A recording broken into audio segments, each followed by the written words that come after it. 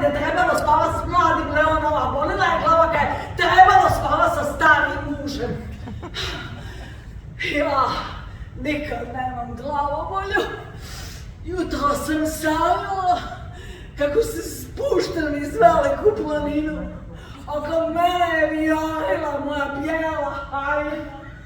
Svud oko mene je vrvjelo od disipava, ljubičica i kukurijeka. A životinje su me pozdravljale. Dobro jutro, dobro jutro!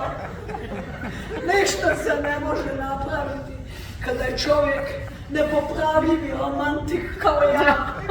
Ja sam samo postala jedna mala djevojčica.